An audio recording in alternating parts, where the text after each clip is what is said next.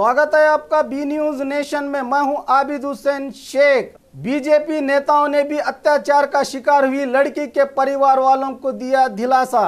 इसी दौरान BJP MLA Govind कारजोड़ और पूर्व मंत्री अप्पा साहब पट्टनशेट्टी परिवार वालों से मिलते हुए कांग्रेस को इस घटना से ज्यादा अपने सरकारी कार्यक्रम में बिजी होने का आरोप लगाया। ಸತ್ತರು ಯಾರು ಕೇಳ್ತಿದ್ದಿಲ್ಲ, ಯಾಕಂದ್ರೆ ನಿನ್ನೆ 3 ಗಂಟೆಗೆ ಆದಂಥ ಪ್ರಕಾರ ಬಾಡಿ ತೊಗೊಂಡು ಬಂದ ನೀವು ಹಿಡಿದಿಲ್ಲ ನೋಡೋದಿಲ್ಲ. ಆ ಹುಡುಗಿ ಹೇಳ್ತದೆ ಇನ್ನೊಂದು ಅವರು ಜೊತೆಗೆ ಸಂಬಂಧಿಕರು ಹೇಳಿದರೂ ಕೂಡ CM ಅಂತ ಹಿಂದೆ ವಸ್ತು ನೋಡ್ಬೋದಾಗಿತ್ತಲ್ಲ, ಬೆಳಗ್ಗೆ ಬರ್ಬೋದಾಗಿತ್ತು. ಅಂದರೆ ಈ ಸರ್ಕಾರಕ್ಕೆ ದಲಿತರ ಬಗ್ಗೆ ಎಷ್ಟು ಕಳಕಳಿ ಕಾಳಜಿ ಅದ ಅನ್ನೋದು ಅರ್ಥ ಆಗ್ತದೆ. ಇದನ್ನು ನಾನು ಖಂಡಿಸ್ತೀನಿ. ಅದು ಅವ್ರ ನಿನ್ನೆಯಂತೂ ಕೂಡ ಜೊತೆ ಇದ್ದೀನಿ. ಅವರ ಇದಕ್ಕೆ ಮಾಡಿ ಜೊತೆನೇ ಸಂಪರ್ಕ ಜೊತೆ ಇದ್ದೀನಿ. ಇವರಿಗೆ ಸಮಾವೇಶ ಮುಖ್ಯ ಅದ, ಅವರಿಗೆ ಈಗ ಘಟನೆ ಮುಖ್ಯ ಅಲ್ಲ. ಇವರು ಜಿಲ್ಲಾ ಮಂತ್ರಿಗಳಾಗಲಿ ನಗರ ಶಾಸಕರಾಗಲಿ ಆ ರಾತ್ರಿನೇ ಬಂದು ಅದನ್ನು ಮಾತಾಡಿಸ್ಬೋದಾಗಿತ್ತು, ಹಾಸ್ಪಿಟಲ್ ಬರಬೇಕಾಗಿತ್ತು. ಯಾರೂ ಬರಲಿಲ್ಲ. ರಾತ್ರಿವರೆಗೆ ಅಲ್ಲಿ ಕೂತರು ಯಾರೂ ಬರಲಿಲ್ಲ. ಬೆಳಿಗ್ಗೆ ಇನ್ನೇನು ಸಮಾವೇಶ ಕೆಡ್ತದ ತಿಳ್ಕೊಂಡು ಬಂದು ಬಗೆಹರಿಸೋ ಅದಕ್ಕೆ ಇವರು ಇವತ್ತೇನು CMಗೆ ಬರತ್ತಾರೆ.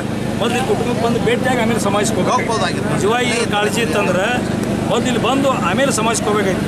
ಸಮಾವೇಶದಲ್ಲಿದ್ದಾಗ ಗೋವಿಂದ ಕಾರಜೋಳ ಸಾಹೇಬರು ಬರ್ತಾರೆ, ಗೊತ್ತಾದ ತಕ್ಷಣ CM ಅವರಲ್ಲಿ ಬರ್ತಾ ಇದ್ದಾರೆ.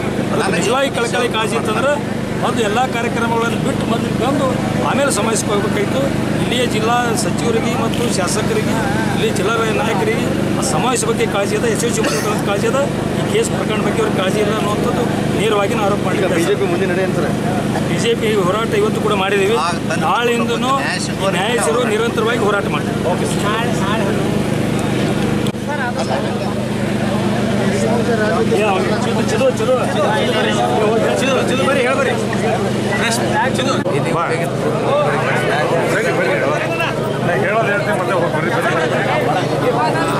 ಓಕೆ ಬಿಜಾಪುರ ಬರೆಯೋದಿಲ್ಲ.